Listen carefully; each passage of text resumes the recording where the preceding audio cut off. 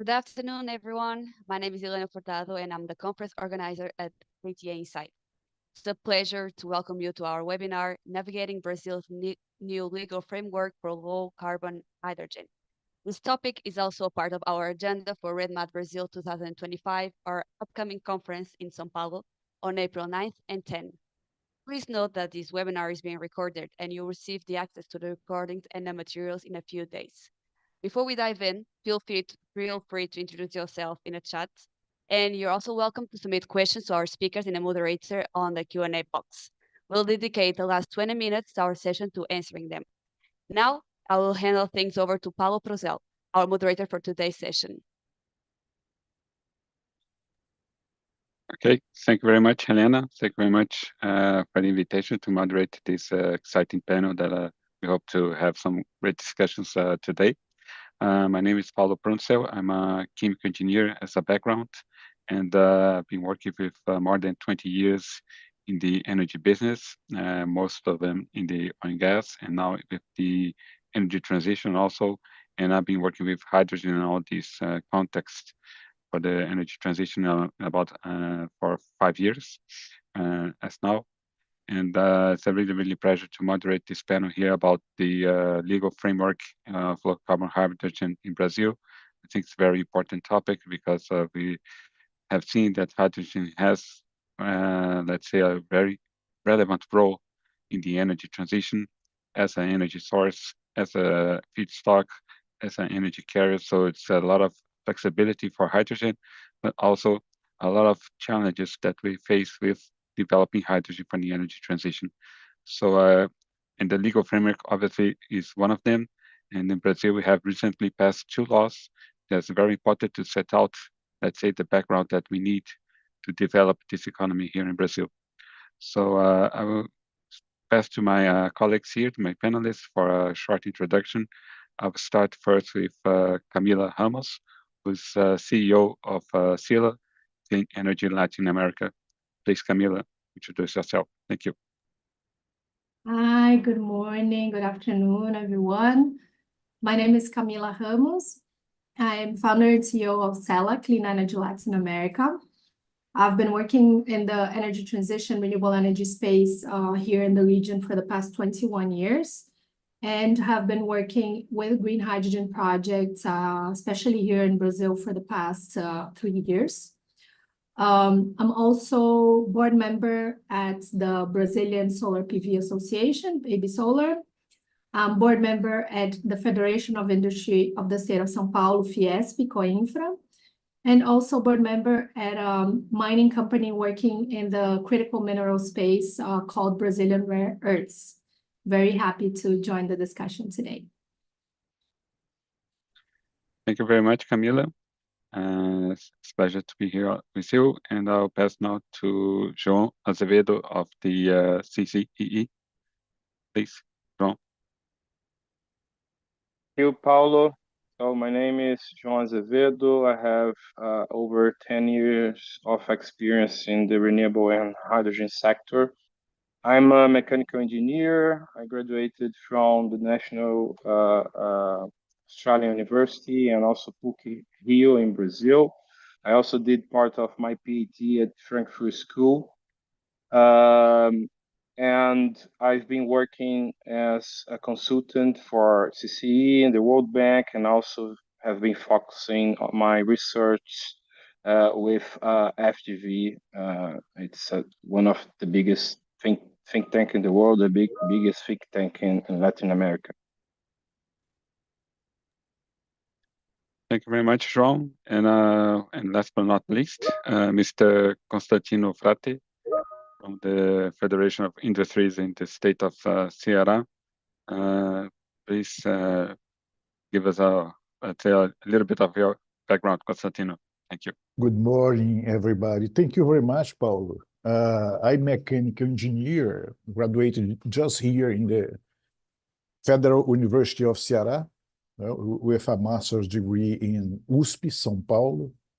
And my specializations is mainly focused on industrial projects, mainly in engineering area, implementing oil and gas and energy projects in Petrobras during 30 years. And nowadays, I'm working as coordinator of the Energy Center of Industry Federation of Ceará State. And I was participating actively, attracting national and foreign companies that are now developing their green hydrogen projects at Peçanha Import in Ceará State. Thank you very much. Thank you very much, Constantino. And I think the state of Ceará obviously is one of the states is more active here in Brazil with these hydrogen projects being announced. And pass to you now. Let's just for our viewers here that are attending this webinar, we will do a short presentation for each panelist that will cover one topic that is presented here in the webinar. It's about 10 minutes presentation, and after the presentations, we will give us the floor to answer any questions that we have from the audience. Thank you, and we will start with Mr. Constantino, who will speak a little bit about the legal framework here of green hydrogen and low carbon hydrogen in Brazil. Floor yours, Constantino. Thank you.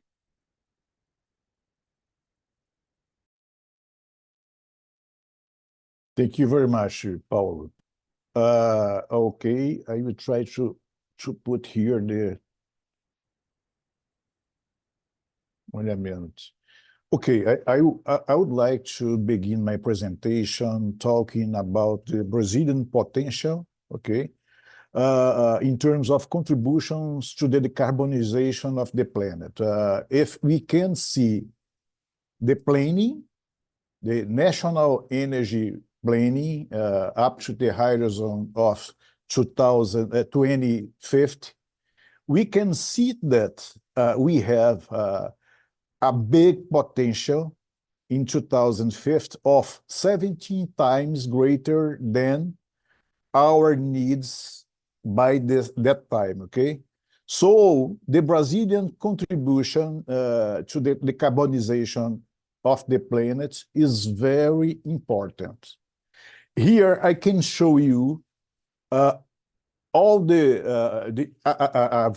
overview in Brazilian's green hydrogen project.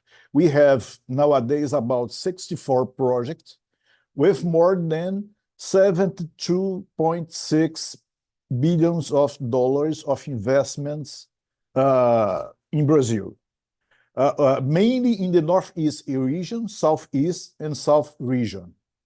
Here is only a view, only Ceará State. We have nowadays about 40 MOUs signed, but these... Sorry, can I just interrupt for a second? Would you mind sharing on full screen? Because it's better. Do you mind sharing your presentation Helena? on full screen? Can you share your presentation on full screen? Okay, thank you, Thank you. 1 minute. Thank you. 1 minute.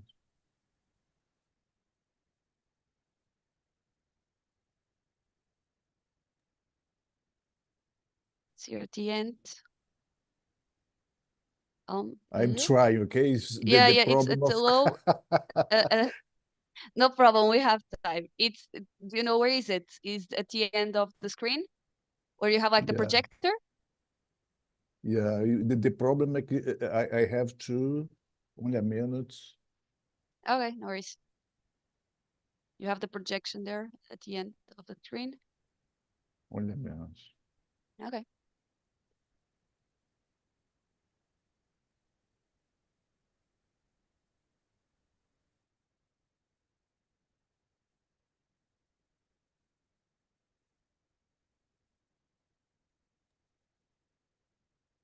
My screen is now at full. But we cannot see it. You forgot to just share the screen. Okay, yeah, 1 minute.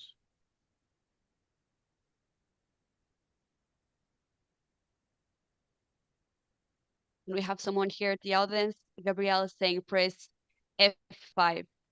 I think maybe that's put on full screen once you have your presentation shared.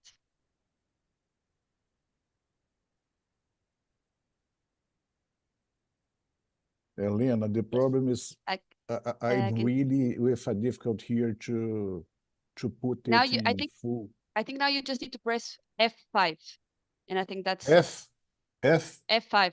If not, we can share your presentation. That's no problem at all. Okay, F5. Let's try to continue let's using. do it like this. Okay, then, no problem. Thank you. Okay. So I'm showing you in this slide here because we have here in Ceará State about 40 MOU signed with companies from everywhere, okay? But we have now 5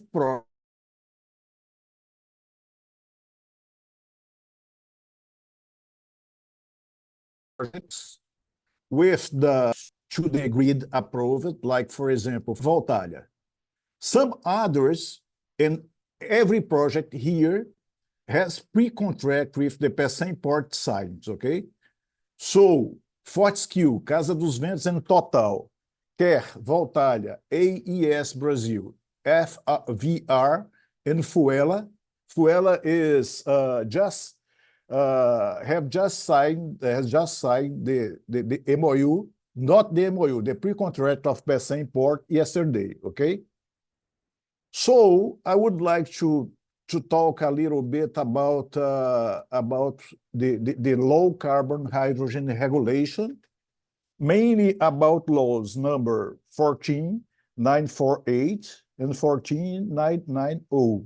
Okay, these 2 laws were signed by the President of Brazil in this year, and the first one, the law 14948, established the legal framework for low carbon hydrogen and provide all the issues about the national low carbon hydrogen policies and establish the special incentive regime for low carbon hydrogen production, the REHYDRO, okay?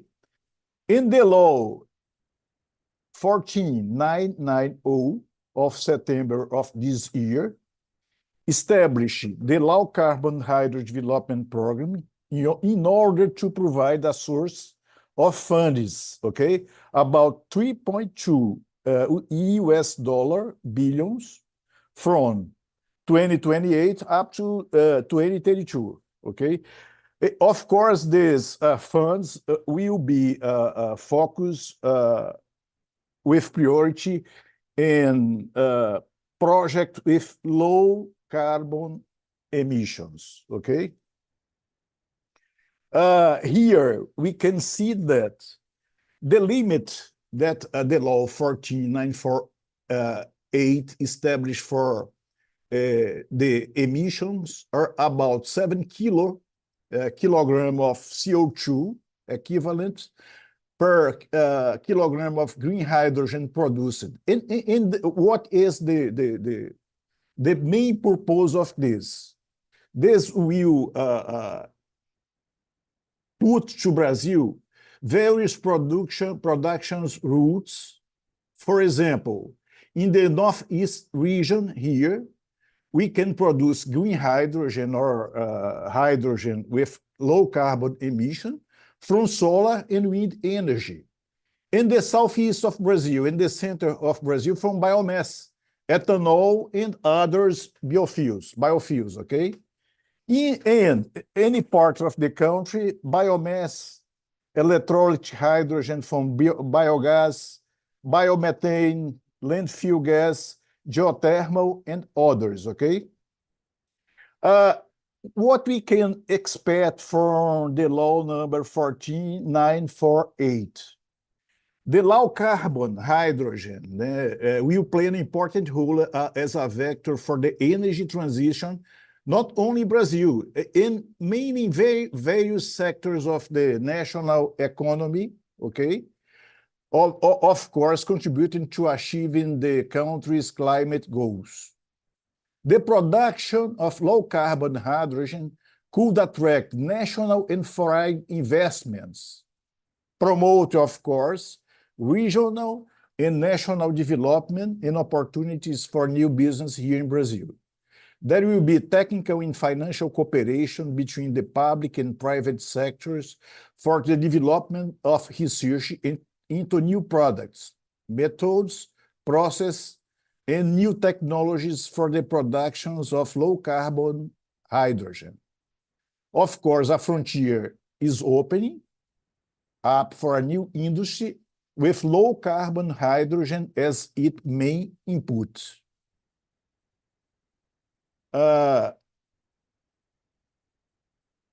We can see from the laws that, for example, we have the special incentive regime for hydrogen productions for 5 years from January 1, 2025.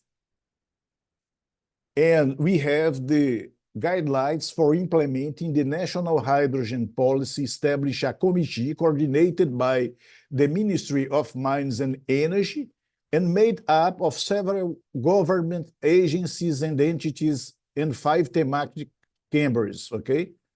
The Hydrogen Development Program, Low Carbon Emission, provide a source of funds for the energy transition based on the use of hydrogen. This program establishes goals for the development of the domestic hydrogen market. That is very important for the national development. In a program for hydrogen certification is a voluntary system that certifies the greenhouse gas emission intensity of hydrogen produced in Brazil and promoted the sustainable use of hydrogen based on the information contained in specific certificates. And the national agents that will be acting as a regulator for the production and exploitation of low-carbon hydrogen, that is the ANP. This agency will promote the regulation, contract, and inspection of the economic activities that are part of the hydrogen industry. The positive points to be considered about these agents. These agents has expertise in regulation, contract, and inspecting activities in the oil and gas industry. It has an extensive knowledge of the certification system for oil and gas storage and distribution. Of course, we have points to be evaluated about these agents. We have, of course, will be needed new financial resources to made available the instrument to instrumentalize these new assignments, such as the purchase of equipments of laboratories, need to resize the workforce with a significant challenge considering the new attributions, and need to develop new information and control system specifically for hydrogen. So in general, these are my observations in my presentation here. Thank you very much. Thank you very much, Constantino. I think it was a very great and insightful presentation about, I think you covered really, really well all these MOUs that were signed, and now all these projects that are moving forward in the state of Ceará, especially in the port of Pecém, and how these 2 laws that were passed can support these projects. I think it's very important. And the other point that you mentioned about the potential of other routes, let's say, technological routes of production of hydrogen, the potential in the other regions of Brazil, especially with biomass, even if you think about natural gas with carbon capture and storage in the other farms. So it's really, really important to, let's say, transform this Brazil potential renewable energy, let's say, in real projects, in real, let's say, incomes for our country. So I'll pass now to Camila, who will speak a little bit about exactly about this competitiveness of Brazil. Let's say that all these insights that we're receiving from internal and external consultants, and see how can this translate in Brazil for this cost of production of hydrogen. Thank you, Camila. Thank you. Good afternoon, good morning. Let me see if I can share my presentation first. Here. To the first slide. Can you see it well? So I'm going to talk about a bit about competitiveness of green hydrogen here in Brazil and green ammonia as well. So we can discuss a bit later as well during the discussion. Just a step backwards, just to tell you about CELA and why we've been doing this work in green hydrogen and the experience that we've had in this sector. CELA is a financial advisory and consulting firm that works exclusively in the energy transition space. So we've been working for 11 years now as CELA with wind, with solar, with energy storage. But for the past 3 years, as I mentioned, when I introduced myself initially, I've been working in the green energy space as well. In the past 3 years, we've helped 18 companies structure their projects in some way or another in green hydrogen here in Brazil. So we've done projects, for example, helping companies understand the market, understand the potential of the Brazilian market, map the domestic market, like potential industries for using hydrogen for different types of industries here in Brazil, understanding the regulatory framework, and then we've helped companies develop their business plans for entering the hydrogen value chain and understand in which link of the value chain would make sense for that company to join. Not all companies will be producers, not all companies, some companies will be off-takers, some companies will work in transmission lines, some companies will work with logistics, some companies will work with providing energy for these projects. So we've helped companies in several links of this value chain. Other projects that we've done in green hydrogen have been in calculating the financial feasibility, the pre-feasibility analysis of these projects. So calculating the levelized cost of hydrogen, levelized cost of ammonia, levelized cost of methanol. So this is what I'm going to show you a bit more in detail. But we've done this for several projects. For the numbers that I'm going to show you are going to include simulations that we've done for 5 states in Brazil. And also we've helped one company in fundraising for the green hydrogen and derivative projects as well. And the last project that we've done in the green hydrogen space was mapping potential sources of biogenic CO2 for the project that was deciding whether it was going to produce green ammonia or methanol. So this was a recent, very interesting project that we've done in trying to map out potential sources of biogenic CO2, volume, seasonality, purity, cost competitiveness, logistics, etc. Okay, so these are some examples of clients of ours, not only in the green hydrogen space here, but in all sectors, like I mentioned, wind, solar, energy storage, etc. So some numbers I'm going to go through very quickly here. More than 1,400 projects, green hydrogen projects announced globally, not only in Brazil, but globally. This would mean up to 305 gigawatts of capacity up to 2030 if these projects are all built. We know that not all of the projects are going to get built, right? But these are the projects that have been announced around the world. Around 6% of them are in construction or reached FID, the final investment decision. And here in Brazil, I have a different map from Constantino. We have a map at CELA that we map all the projects globally in Brazil that are announced. So here we have 79 initiatives. Like Constantino mentioned, the state of Ceará and the Port of Pecém is the one with the largest number of initiatives. Of the projects that we've mapped, the ones that already tell us how much energy they're going to demand, power, right, for the project, it's 21.6 gigawatt average of expected power demand. And the ones that already announced the total amount of investment that they will require here in Brazil would be 165.3 billion reais of investments, okay? it's worth highlighting that 60% of these initiatives here in Brazil are in the MOU phase. So this means they confirm the interest in the area. And also, I'd like to share with you a bit of what we've been seeing in terms of potential markets, right? So we know that there are new applications for the use of green hydrogen, but also for substituting current uses as well.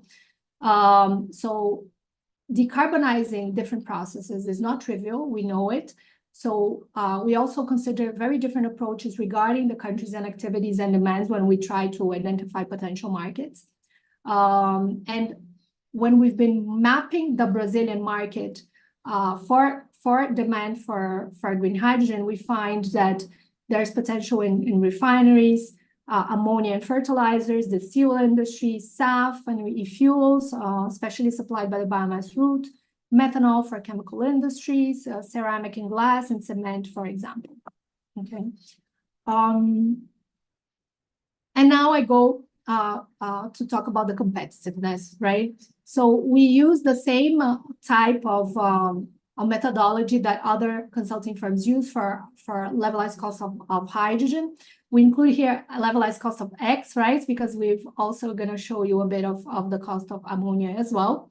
So CELA is the company that does this for Brazil only and for many states in Brazil. And why Brazil, right? Why green hydrogen is competitive comparatively to other countries here in Brazil? The regulation, right? We have a regulatory stability and we have legislation in place, as we know, right? We have a green hydrogen law already approved. We have the development of the production chain and demand here in Brazil. We have exceptional capacity of renewable energy that is competitive. We have potential for the domestic market of green hydrogen consumption. We have a very resilient electricity system infrastructure as well. Of course, it's not perfect, but it's an interconnected system. And we also have abundance. We have also some tax incentives for producing hydrogen here. So what is the LCOH and the LCOA and how are they calculated, right? So the LCOX is the levelized cost of goods, and it's a method used to account for all the operating and the capital costs of producing the final product. So the LCOH and LCOA, they're the levelized cost of hydrogen and ammonia produced to remunerate the capital cost of a project. So it includes OPEX, CAPEX, taxes, cost of capital, and then we divide it by the volume on the units of the product, right? And then we have a cost that is in dollars per unit, right? I'm going to leave it with you here, the details of what we include in CAPEX, in OPEX, and financing, and technical assumptions and taxes. But talking about technical assumptions, it's important to mention that we do simulate different technologies we use. In our numbers, they include the calculations that include alkaline and PEM electrolyzers, okay?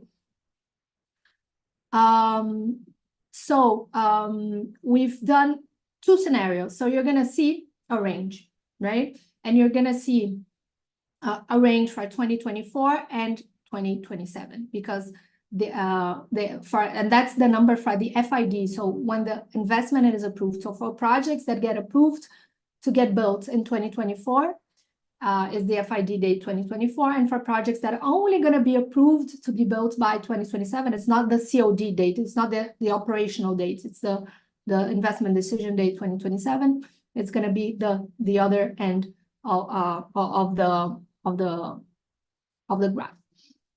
We also simulate the different types of electrolyzers, and we also simulate, and because it's a range, it includes renewable energy sources that are wind, solar, wind plus solar, and also hydro projects as well, because you know that in Brazil, hydroelectricity is very important.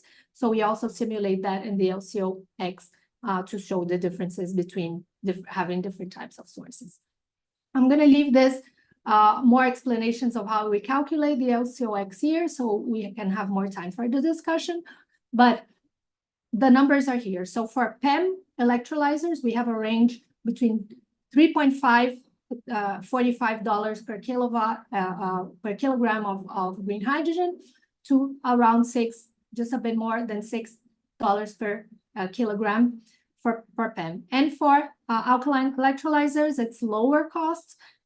We have a $2.83 per kilogram up to $5.27 per kilogram. Okay, so we're very getting close to competitiveness to green hydrogen. We are even a bit cheaper than the most expensive green hydrogen around.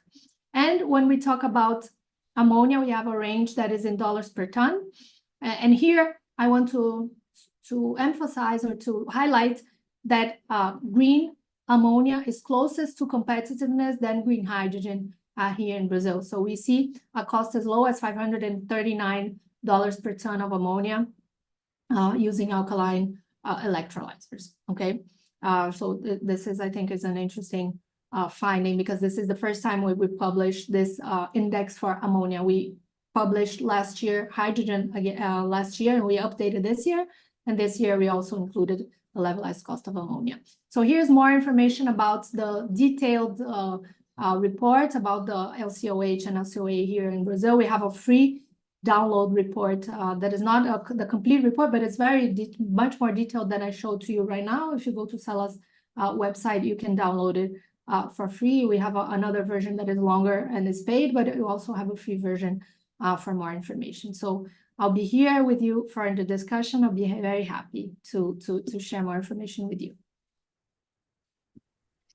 Well, thank you very much, Camila, for your presentation. I think it's very special because of you actually presented the numbers. I think everybody's always curious about them, see all these simulations, and also to show a little bit of the complexity to get on these numbers. And I think the most important thing is to give us a range of probability in different technologies and paths for hydrogen and ammonia. I think was very, very interesting to see on that. Well, without further ado, I will pass here to our last panelist here, João Azevedo from the CCEE. Please, João, the floor is yours.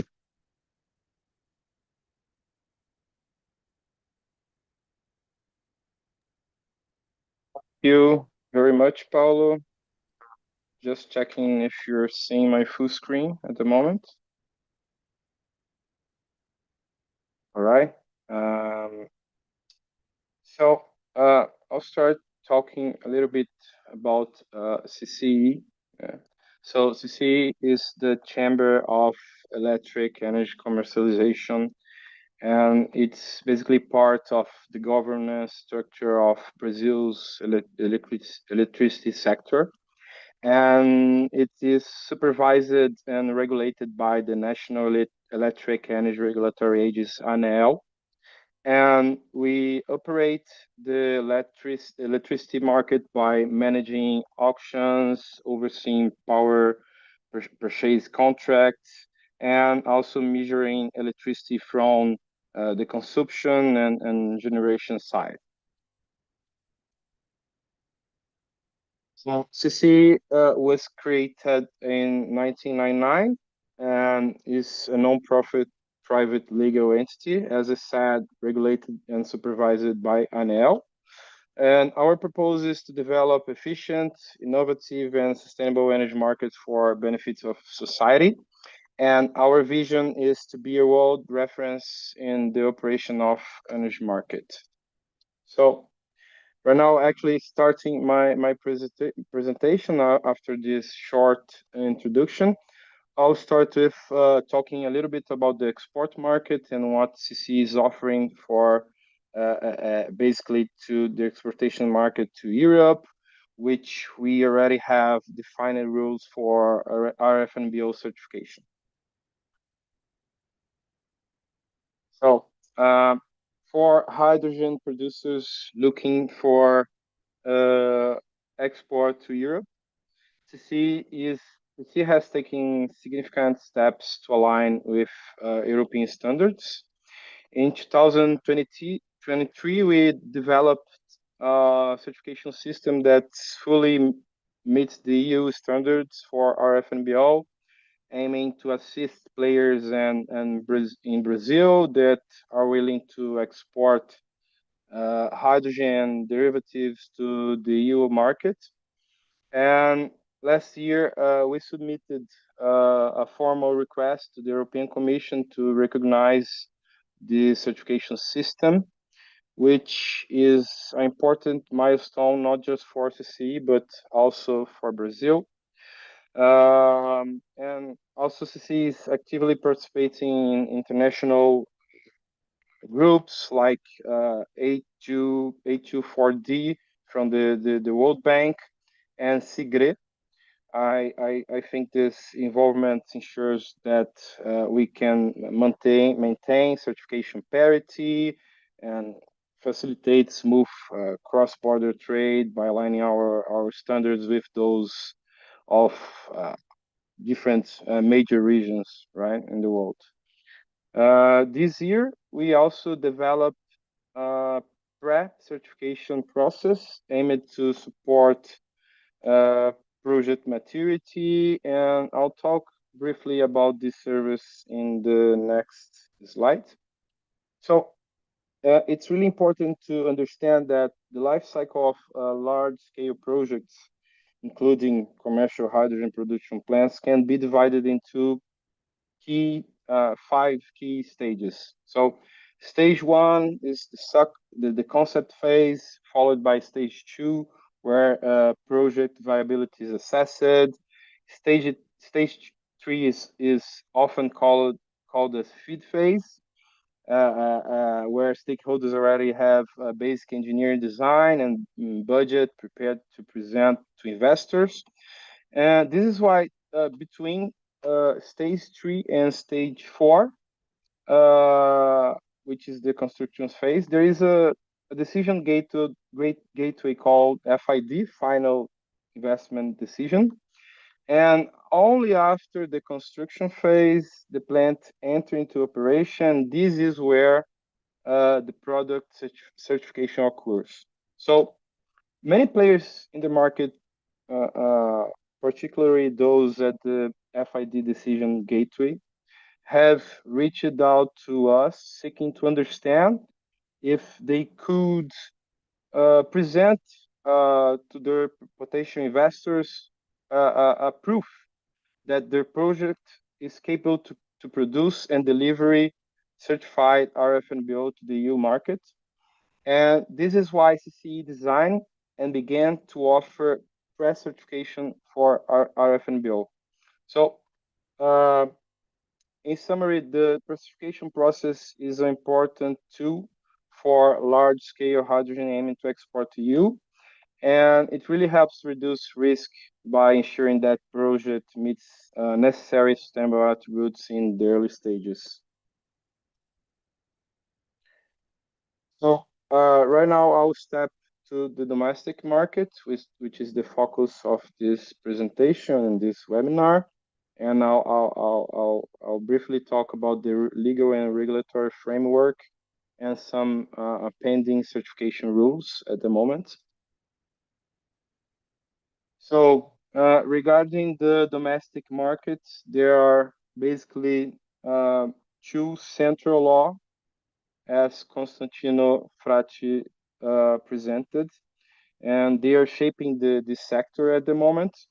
The first law, 14948, which was adopted and published in August of this year, and the other one is the law 14990, which was adopted nearly 1 month ago. So basically, the law 19948 establishes the national law low carbon emission hydrogen policy, and is based into 4 main pillars. On the top left side here, the National Hydrogen Program, PNH2, sets guidelines for low emission hydrogen production and use. The program is managed by COGES PNH2, and which is a multi-sector group tasked with coordination national efforts and have up to 15 representatives of the executive, in addition to the state, scientific, and productive sectors sector as well. On the top right, we have the Brazilian hydrogen certification system, SBCH2. So it basically enables voluntary certification based on greenhouse gas emission intensity, and it indicates also specific governance for authorities, certifiers, and registry managers, which I will cover in the next slide. I'll talk a little bit more about this in the next slide. So on the bottom, we also have two incentive programs. The first one, Hydro, on the left side here, that will offer 5 years tax incentive for hydrogen production. Activities starting from 1st of January. So in basically 2 months, this program will start. While in the right side here, we have the low carbon emission hydrogen development program. This program was initially vetoed by law 14948, but then approved under law 14990, and it basically provides up to 100% tax credit to balance costs between conventional and low carbon hydrogen. And I also will cover these two aspects in a further slide.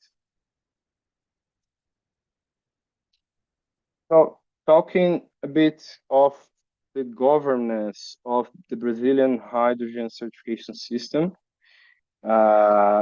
it's important that the law defined the governance, but still didn't define who will cover each of these actors in the governance. So that our expectation is that the government aims to approve these roles through a presidential decree by the end of the year. So COGES PNH 2 is at the moment working on that. And from the left side here, we have the competent authority, which basically sets the guidelines and policies for hydrogen certification.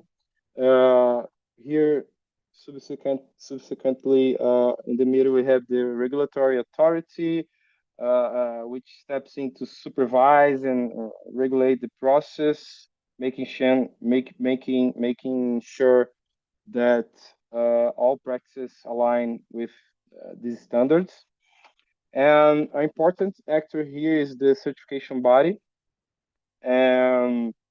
which will actually audit and issue the certificate for producers.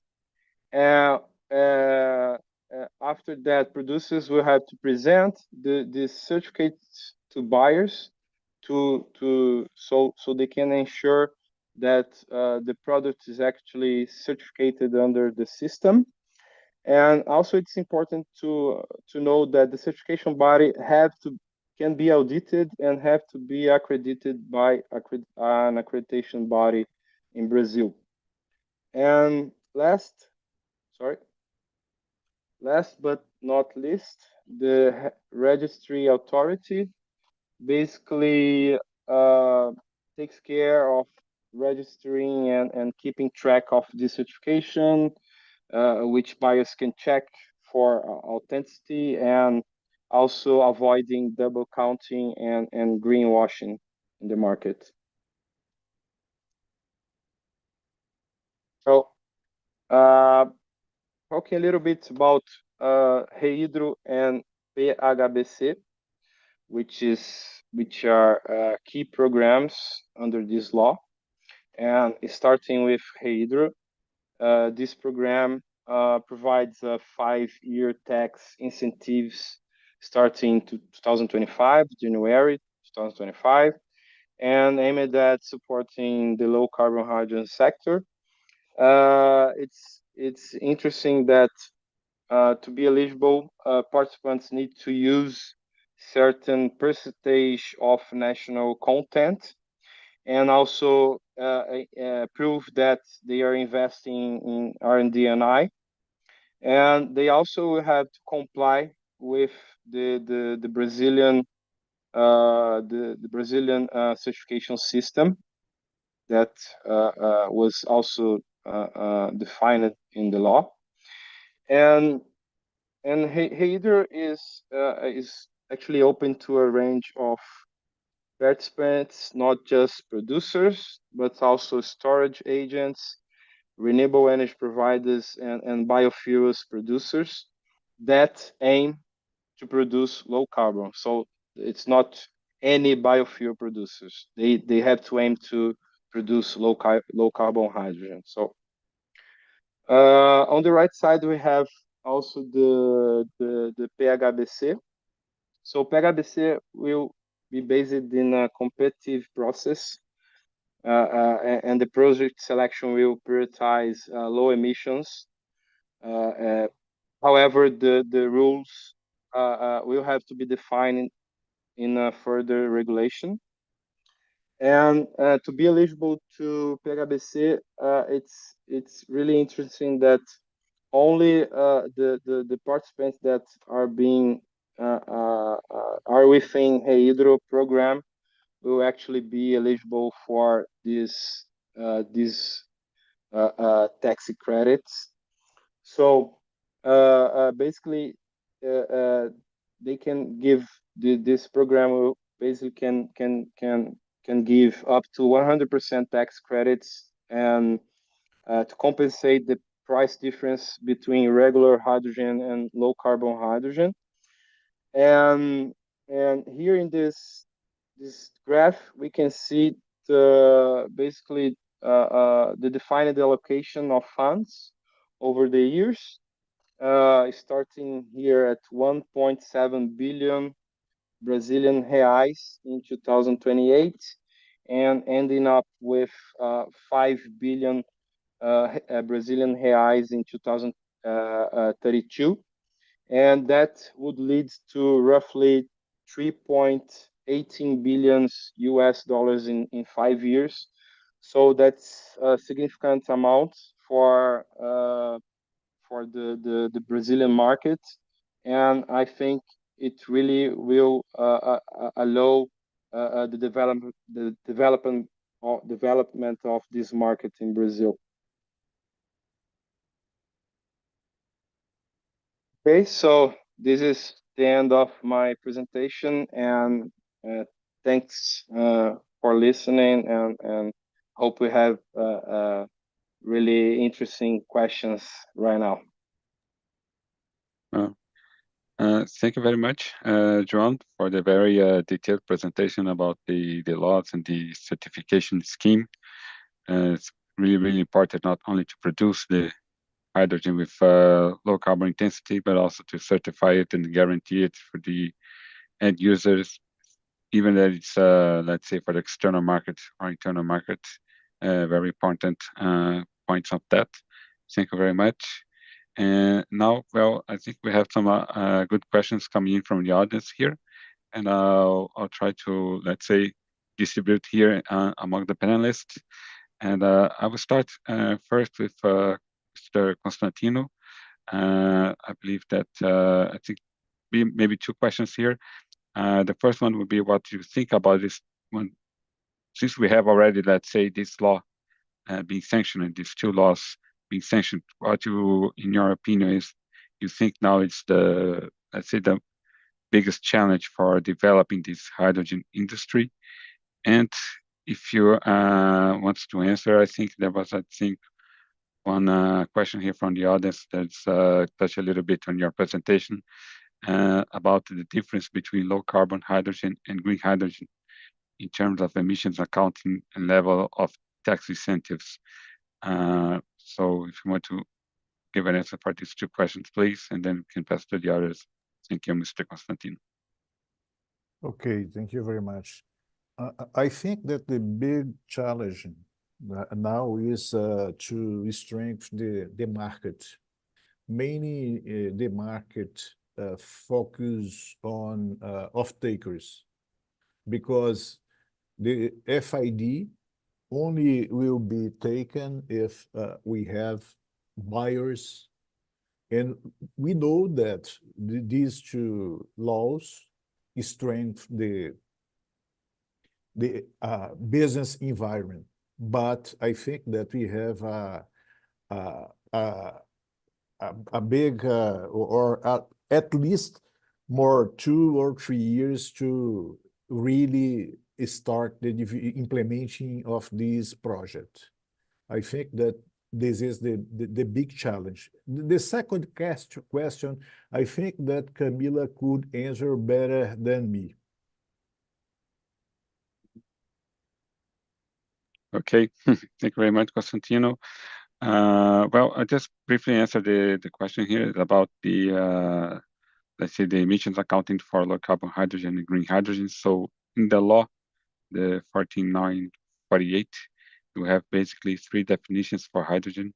We have the first one that is low carbon emissions hydrogen, that covers all kinds of production technologies for hydrogen, as long as you are within the threshold of 7 kilograms of CO2 per kilogram of hydrogen produced.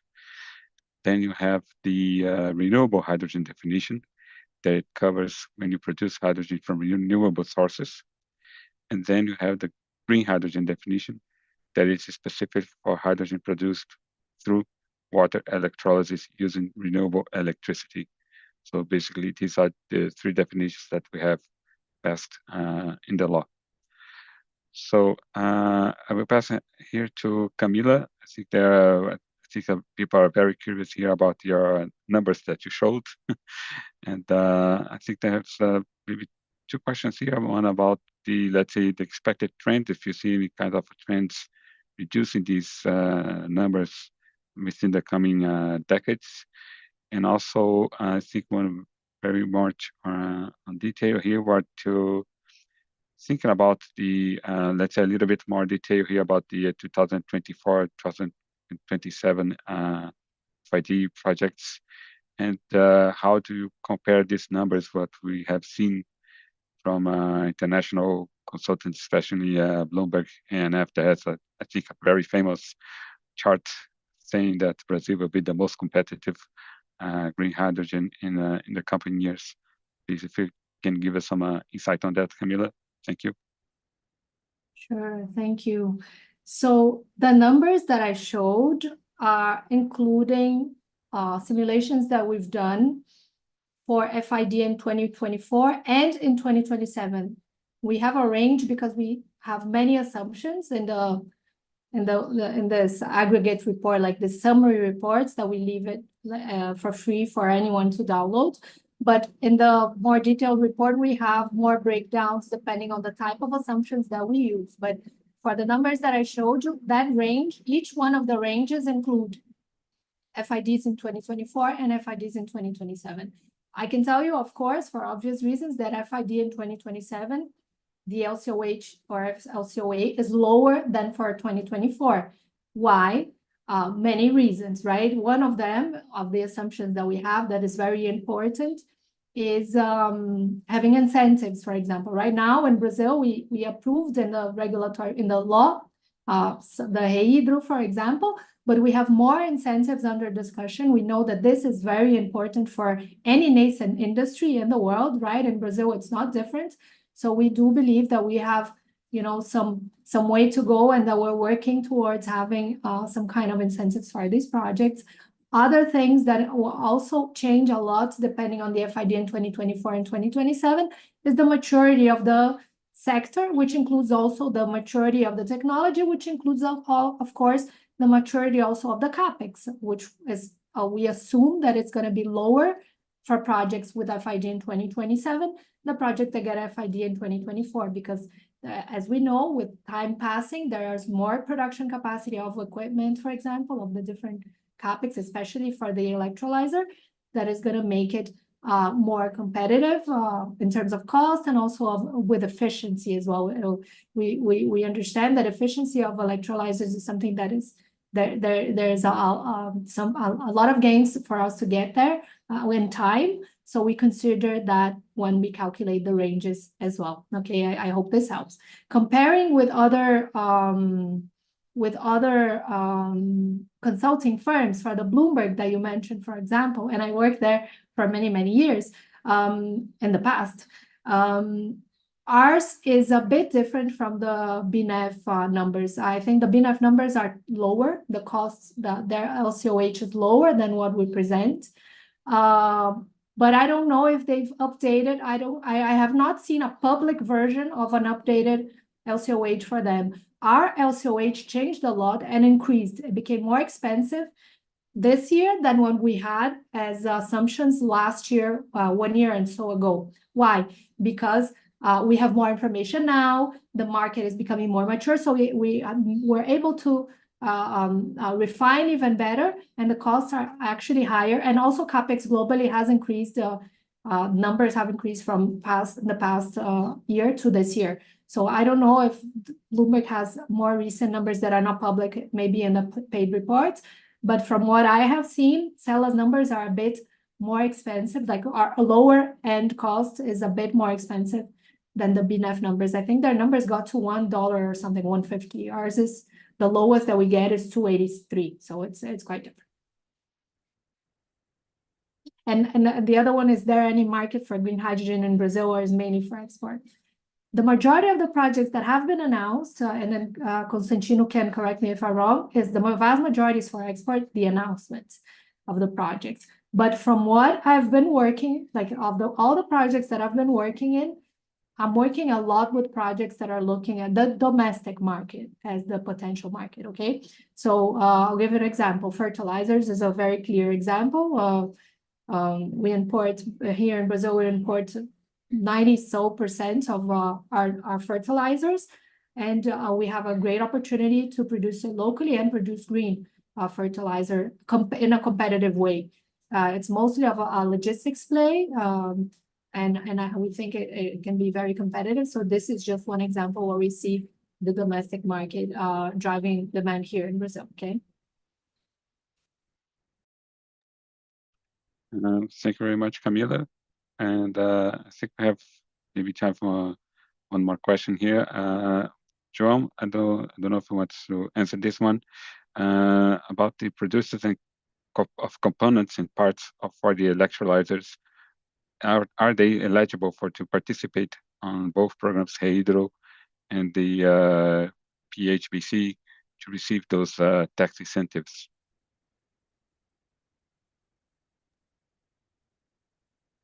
Well, in my understanding, Hydro is targeting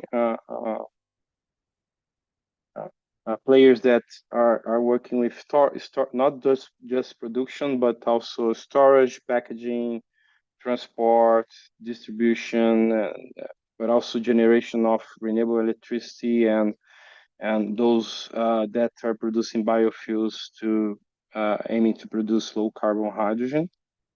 And when we talk about the low carbon emission hydrogen development program, they are targeting producers and buyers. It's important to know that these tax credits will be based on the difference of price between regular hydrogen and low carbon hydrogen. So that's why I think that, in my perspective, it's just producers and buyers from these products.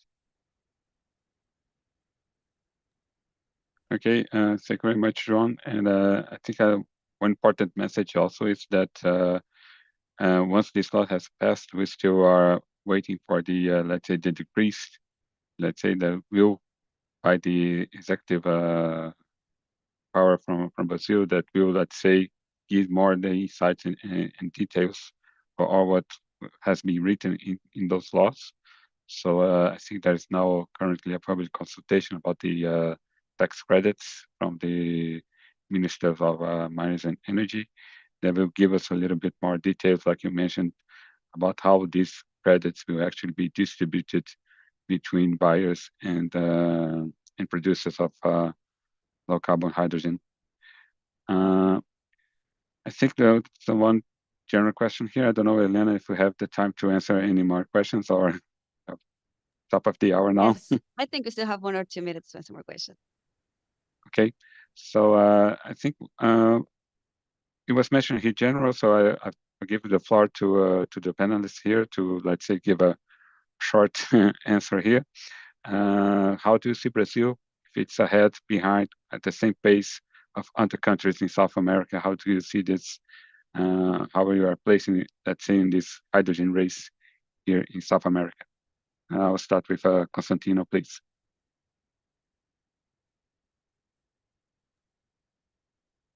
I was thinking about to say something, Paulo, related to the Brazilian market, okay? Because as Camila said before, almost all the projects that we have talked about are focused the external markets.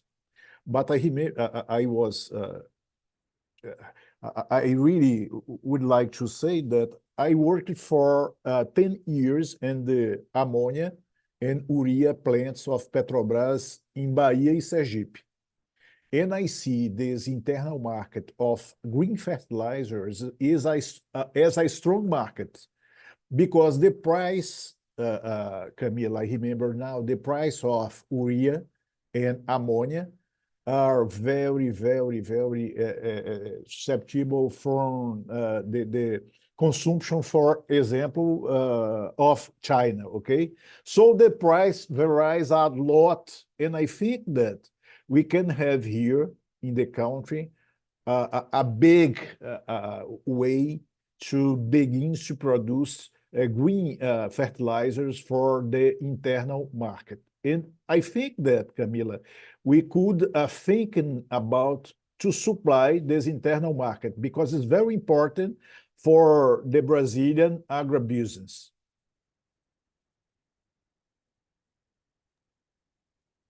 Thank you very much, Constantino. Camila, if you want to add something. Yeah, totally agree. Like I said when I answered, right, that this I'm seeing, I think I'm seeing a great potential for that, and I'm seeing projects that are already viable today in the fertilizer space for domestic market. So definitely. Thank you. João, if you want to add something, and so final comments here on this discussion. Yeah, sure. Just answering your question, I think that Brazil is at the moment leading the way to the hydrogen derivatives market, and is one of the favorite places to export RFNBO to Europe.